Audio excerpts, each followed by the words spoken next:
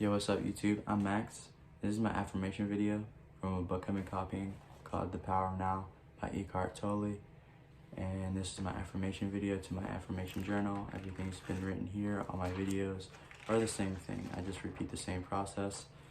And I'm Max, and I hope you're listening. Negativity and suffering have their roots in time. But the belief that the future will be better than the present is not always an illusion. The present can be dreadful, and things can get better in the future, and often they do. Usually the future is a replica of the past. Superficial changes are possible, but real transformation is rare and depends upon whether you can become present enough to dissolve the past by accessing the power of now. What you perceive as future is an intrinsic part of your state of consciousness now. If your mind comes to a heavy of a burden of the past, you'll experience more of the same. The past preparates itself. We're gonna skip that word. Itself through a lack of presence. The quality of the consciousness at this present moment shapes your future. Laughter, which of course can only be experienced as of the now. You may win $10 million, but that kind of change is no more than skin deep. You would simply continue to act out the same conditional patterns in just more luxurious surroundings. Humans have learned to split the atom. Instead of killing 10 or 20 people, when a clever person can now kill millions of people by pushing the button.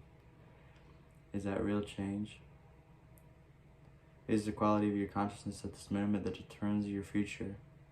Then what determines the quality of your consciousness? The degree of your presence. So the only place where you can truly change and change can truly occur is where the past can be dissolved, is right now. All negativity is caused by the accumulation of psychological time and the denial of present moment awareness. Unease, anxiety, tension, stress, worry, all of these forms of fear are caused by too much future and not enough presence.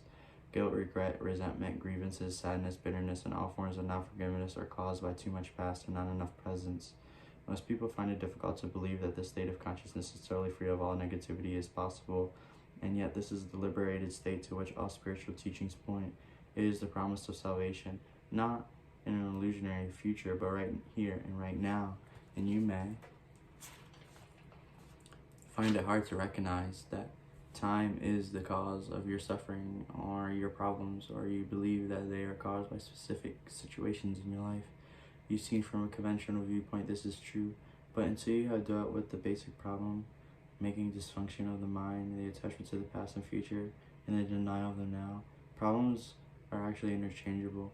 If all your problems or perceived causes of suffering or unhappiness were miraculously removed for you today, but you had not become more present, more consciousness, you would soon see yourself with a similar set of problems or causes of suffering, like a shadow that follows you wherever you go. Ultimately, there is only one problem: the time bound itself.